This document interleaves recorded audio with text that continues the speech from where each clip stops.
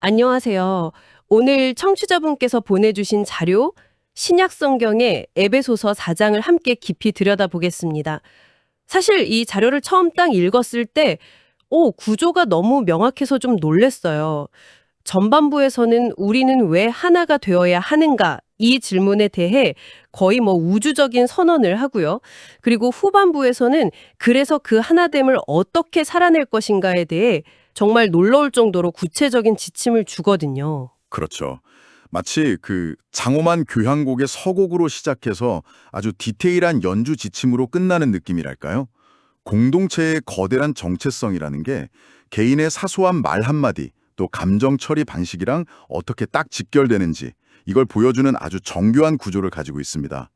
오늘 저희 목표는 이 고대의 텍스트가 말하는 하나됨, 그리고 새로운 사람이라는 개념이요. 이게 그냥 도덕적인 권유를 넘어서 단시 사람들에게 그리고 오늘 우리에게 어떤 의미인지 그 핵심을 한번 파헤쳐보는 겁니다. 좋습니다. 그럼 그 거대한 그림 하나됨의 기초부터 한번 살펴보죠. 시작부터가 아주 강력한데요. 1절에서 부르심에 합당하게 행하라 라고 하는데 그 방법으로 제시하는 것들이 좀 흥미롭더라고요. 아, 그 덕목들이요? 네. 겸손, 온유, 오래 참음, 그리고 사랑 가운데서 서로 용납. 사실 이런 단어들이 뭐랄까 현대 사회에서는 그렇게 매력적으로 들리는 가치들은 아니잖아요. 특히 겸손은 자칫하면 나약함으로 오해받기 쉬운데요. 바로 그 지점이 중요합니다. 이 글이 쓰여진 1세기 로마 사회에서 겸손이라는 건요, 시민의 덕목이 아니었어요. 아, 그랬나요? 네. 오히려 노예나 패배자한테나 어울리는 피해야 할 속성으로 여겨졌죠. 그런데 이 본문은 공동체를 지탱하는 가장 첫 번째 덕목으로 겸손을 딱 내세웁니다. 이거부터가 세상의 가치체계에 대한 정면 도전인 셈이죠. 나의 권리를 주장하기 전에 공동체를 위해 나를 낮추는 게 모든 것의 출발점이다. 이런 선언입니다. 아, 그런 시대적 배경이 있었군요. 그냥 착하게 살아라 정도가 아니라 이건 기존 사회 질서에 대한 전복적인 선언이었네요. 그리고 3절의 표현이 독특해요. 성령이 하나 되게 하신 것을 힘써 지켜라. 우리가 노력해서 하나됨을 만들어내는 게 아니라 이미 주어진 걸 지키라고 말하고 있어요. 이건 미묘하지만 아주 큰 차이 같은데요? 아주 큰 차이죠. create가 아니라 maintain 하라는 겁니다.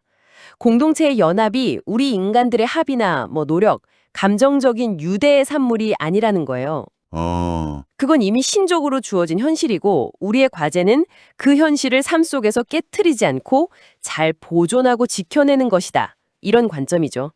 그러니까 기분이 좋을 때만 연합하는 게 아니라 갈등 속에서도 힘써 지켜야 하는 게 되는 겁니다. 기초공사가 이미 튼튼하게 되어 있으니 그 위에 건물을 잘 유지해라. 이런 요구인 셈이죠. 그 기초공사가 얼마나 튼튼한지를 4절에서 6절까지 정말 숨막히는 리듬으로 선언하네요. 몸이 하나요, 성령도 한 분이시니 주도 한 분이시요, 믿음도 하나요. 이렇게 하나라는 단어를 7번이나 반복해서 거의 망치로 못을 박듯이 강조하네요. 이 부분을 그냥 읽으면 종교적인 구호처럼 들릴 수가 있는데 당시 로마 제국의 상황을 떠올려 보면 이 선언이 얼마나 급진적인지 알 수 있습니다. 로마 제국이요? 네. 로마는 황제 숭배라는 아주 강력한 이데올로기로 제국의 통일성을 유지했거든요. 수많은 신들이 있었지만 그 모든 것의 정점에는 신적인 황제가 있었죠. 그런데 이 본문은 그 모든 걸 거부하고 오직 한 분의 주, 한 분의 하나님을 선포합니다. 세상의 권력이 아닌 다른 종류의 통치 원리 아래 모인 새로운 공동체다 라는 강력한 정치적, 사회적 발언이기도 했던 겁니다. 와, 그렇게 보니까 완전히 다르게 들리네요. 이건 그냥 교회 안에서만 하는 이야기가 아니라 세상의 방식과는 다른 우리만의 연대 방식이 있다. 이런 대한 공동체의 선언문이었군요. 정확합니다. 이 7가지 하나는 흔들릴 수 없는 신학적 기반이자 이 공동체가 세상 속에서 존재하는 이유 그 자체를 설명하는 겁니다. 이 대전제가 있기 때문에 뒤에 나오는 모든 실천 지침들이 단순한 착한 일 목록이 아니라 이 정체성을 살아내는 필연적인 결과가 되는 거죠. 알겠습니다. 이 거대한 우주적인 하나됨의 그림이 그려졌는데 솔직히 이런 생각이 들어요. 그래서요? 이게 당장 오늘 제가 동료랑 의견 안 맞는 거랑 무슨 상관이 있죠? 그런데 놀랍게도 본문이 7절부터 바로 그 지점을 파고들기 시작합니다. 갑자기 우리 각 사람에게 그리스도의 선물의 분량대로 은혜를 주셨다면서 각자의 다름에 대해 이야기하기 시작해요. 음, 잠깐만요. 이건 좀 모순적으로 들리는데요? 방금 전까지 하나를 그렇게 외치다가 갑자기 각자 다르다고 하니까 작가가 일부러 이런 긴장감을 만들고 있는 걸까요? 모두가 똑같아지는 게 하나됨이 아니라는 건가요? 바로 그 긴장감이 핵심입니다. 이 본문이 제시하는 하나됨은요, 부품처럼 똑같은 개체들의 집합, 즉 획일성이 아니에요. 각기 다른 기능을 가진 지체들이 모여서 하나의 생명체를 이루는 유기적 통일성입니다. 아, 유기적 통일성. 네. 11절에 나오는 사도, 선지자, 복음 전하는 자, 목사, 교사 같은 구체적인 직분들, 이 각자의 역할이 다 다르다는 걸 명확히 보여주죠. 손이 발의 역할을 할 수 없듯이 각자 고유한 기능과 선물이 있다는 겁니다. 그렇다면 이 다양한 선물과 직분들의 목적은 뭔가요? 각자 자기 역할을 잘해서 돋보이라는 의미는 아닐 것 같은데요? 물론 아니죠. 그 목적이 12절에 명확하게 나옵니다. 이는 성도를 온전하게 하여 봉사의 일을 하게 하며 그리스도의 몸을 세우려 하심이라. 개인에게 주어진 특별한 은사는요, 개인의 소유물이 아니라 공동체 전체를 세우고 다른 구성원들을 섬기기 위한 도구라는 관점입니다. 내 재능이 나를 위한 게 아니라 몸 전체의 건강과 성정을 위해 주어진 것이다.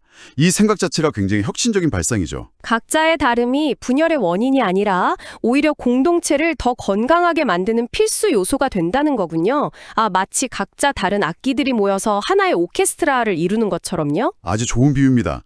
그리고 그 오케스트라가 연주해야 할 최종 목표가 13절에 나오죠. 우리가 다 하나님의 아들을 믿는 것과 아는 일에 하나가 되어 온전한 사람을 이루어 그리스도의 장성한 분량이 충만한 데까지 이르는 것. 이것이 공동체의 최종 목표, 바로 성숙입니다. 여기서 온전한 사람이란 건 개인이 혼자 도덕적으로 완벽해지는 게 아니고요. 아, 그런 게 아니군요. 네, 공동체 전체가 함께 그리스도를 닮은 모습으로 자라나는 걸 의미합니다.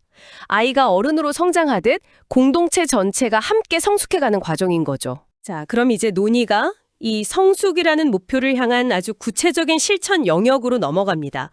17절부터는 옛 사람과 새 사람이라는 아주 선명한 대조를 사용해서 우리가 뭘 버리고 뭘 입어야 하는지를 말해주는데요. 옛 사람의 특징으로 마음에 허망한 것, 총명이 어두워짐, 듣기만 해도 뭔가 생명력 없고 꽉 막힌 느낌이 드네요. 그렇죠. 방향성을 잃고 제대로 보지 못하고 진리를 알지 못하고 결국 마음이 돌처럼 굳어버린 상태. 이게 바로 공동체를 파괴하는 내적 상태라고 진단하는 겁니다. 그리고 22절과 24절에서 아주 강력한 이미지를 사용하죠. 썩어져가는 구습을 따르는 옛사람을 벗어버리고 새사람을 입으라. 마치 더럽고 해진 낡은 옷을 벗어 던지고 완전히 새로운 옷으로 갈아입으라는 명령이에요. 이 새 옷이 어떤 스타일인지에 대한 착용 설명서가 25절부터 정말 디테일하게 나옵니다. 그냥 좋은 사람이 되세요 같은 막연한 말이 아니라 일상의 아주 구체적인 상황들을 콕 집어서 이야기하죠. 이 부분들을 하나씩 좀 자세히 뜯어보고 싶습니다. 먼저 말에 대한 지침인데요. 거짓을 버리고 참된 것을 말하라고 합니다. 여기서 더 중요한 것은 그 이유입니다. 왜 참된 것을 말해야 할까요? 이유요? 네, 25절 하반부에 그 이유가 나옵니다. 이는 우리가 서로 지체가 됨이라. 단순히 거짓말이 도덕적으로 나쁘기 때문이 아니에요. 공동체 안에서 거짓말은 내 오른손이 왼손을 속이는 것과 같은 자기 파괴적인 행위라는 겁니다. 한 몸의 지체들 사이에서는 진실 외에는 다른 소통 방식이 있을 수 없다. 이거는 공동체의 생존이 달린 문제라는 인식이죠. 아, 그 관점이 정말 중요하네요. 그리고 29절에서는 한 단계 더 나아가요. 더러운 말은 입 밖에도 내지 말고 오직 덕을 세우는 데 소용되는 대로 선한 말을 하여 듣는 자들에게 은혜를 끼치게 하라. 이건 단순히 나쁜 말을 안 하는 소극적인 차원을 넘어서 적극적으로 공동체를 세우고 다른 사람에게 유익을 주는 말을 하라는 거잖아요. 맞습니다. 말의 기능 자체가 재정이 되는 거죠. 말을 통한 자기 표현이나 감정 배설이 목적이 아니라 말을 공동체를 건설하는 건축 자재로 사용하라는 요구입니다. 내 말이 지금 이 공동체라는 건물을 세우고 있는가 아니면 허물고 있는가? 모든 말을 하기 전에 이 질문을 스스로에게 던져보라는 거죠. 다음은 분노에 대한 지침입니다. 26절. 분을 내어도 죄를 짓지 말며 해가 지도록 분을 품지 말라. 이 구절은 정말 유명하죠. 분노라는 감정 자체를 죄라고 말하지 않는다는 점이 아주 현실적으로 다가와요. 화가 날 수 있다는 걸 인정하는 거잖아요. 그렇죠. 감정을 억압하라고 말하지 않습니다. 오히려 그 감정을 어떻게 건강하게 다룰 것인가, 여기에 초점을 맞추죠. 해가 지도록 분을 품지 말라는 건, 와, 이건 거의 2000년 전의 심리상담 지침 같아요. 그러네요. 분노를 마음속에 담아두고 곱씹으면 그게 원망과 쓴뿌리가 돼서 관계를 파괴하고 결국 자기 자신을 병들게 한다는 걸 정확히 꿰뚫어 본 겁니다.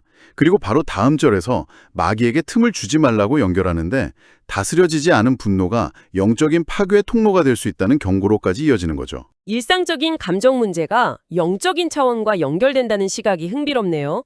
다음은 물질에 대한 부분인데, 와, 이건 정말 충격적일 정도입니다. 28절을 보면 도둑질하는 자는 다시 도둑질하지 말라. 여기서 그치지 않아요. 돌이켜 가난한 자에게 구제할 수 있도록 자기 손으로 수고하여 선한 일을 하라. 이건 그냥 나쁜 짓을 멈추라는 수준이 아니잖아요. 이건 삶의 패러다임이 그냥 180도 바뀌는 겁니다. 이전의 삶의 방식은 타인의 것을 빼앗아 나의 필요를 채우는 것, 즉 도둑질이었어요. 그런데 새로운 삶의 방식은 나의 수고를 통해 타인의 필요를 채우는 것, 즉 구제입니다. 손의 용도가 완전히 바뀐 거죠. 남의 것을 빼앗던 손이 이제는 남에게 베풀기 위해 일하는 손이 되라는 겁니다. 개인의 경제활동 목적 자체가 나의 축적에서 공동체적 남음으로 전환되는 아주 급진적인 경제 윤리를 제시하고 있는 겁니다. 듣고 보니 각각의 지침들이 단순히 개인의 도덕성을 위한 게 아니라는 게 명확해지네요. 거짓말을 하지 말아야 하는 이유는 우리가 한 몸이기 때문이고, 열심히 일해야 하는 이유는 다른 사람을 돕기 위해서고, 모든 행동의 변화가 결국 공동체와의 관계 속에서 그 의미와 목적을 찾고 있군요. 정확합니다. 그게 바로 세 사람의 핵심적인 특징이에요. 나의 존재와 행동이 더 이상 나 자신에게서 시작하고 끝나지 않고 항상 우리라는 관계망 속에서 이해되는 것이죠. 그리고 이 모든 관계에 대한 지침이 마지막 31절과 32절에서 총정리됩니다. 모든 악독과 노함과 분냄과 모든 악의와 함께 버리고 서로 친절하게 하며 불쌍히 여기며 서로 용서하라. 이 마지막 구절, 특히 서로 용서하라는 부분이 이 모든 것의 정점처럼 느껴집니다. 그런데 그 기준이 정말 높아요. 하나님이 그리스도 안에서 너희를 용서하심과 같이 하라. 내가 받은 용서의 크기만큼 용서하라는 건데, 이건 거의 불가능에 가까운 요구 아닌가요? 불가능에 가깝죠. 그래서 이게 인간의 노력이나 도덕적 결심만으로는 이룰 수 없다는 걸 역설적으로 보여주는 겁니다. 여기서 용서는 감정의 문제가 아니에요. 상대방이 용서받을 만한 행동을 했거나 내 마음이 풀려서 용서하는 게 아니죠. 나의 용서의 근거는 상대방이 아니라 이미 나에게 일어난 사건, 즉 내가 먼저 용서받았다는 그 사실에 있습니다. 내가 받은 것을 다른 사람에게 그냥 전달하는 행위에 가까운 거죠. 이것이 모든 변화의 동력이자 기준점이 되는 겁니다. 오늘 우리는 에베소서 4장이라는 하나의 텍스트를 통해 하나됨이라는 거대한 신학적 원리가 어떻게 세 사람이라는 아주 구체적이고 실천적인 삶의 방식으로 생생하게 이어지는지 따라가 보았습니다. 공동체의 정체성이 개인의 말 한마디, 분노 처리 방식, 돈 버는 이유, 그리고 용서의 기준까지 모든 것을 결정한다는 이 긴밀한 연결 구조가 정말 놀랍습니다. 네. 특히 모든 실천의 마지막에 하나님이 너희를 용서하심과 같이라는 기준을 제시하는 건 아주 의미심장합니다. 이것은 우리가 따라야 할 모델이기도 하지만 동시에 우리가 실패했을 때 돌아갈 수 있는 근거이기도 하거든요. 우리의 모든 노력이 나의 선한 의지나 능력이 아니라 우리가 받은 은혜로부터 출발한다는 것을 계속 상기시켜주는 셈입니다. 그렇군요. 여기서 청취자분께 마지막으로 생각해 볼 질문을 하나 드리고 싶습니다.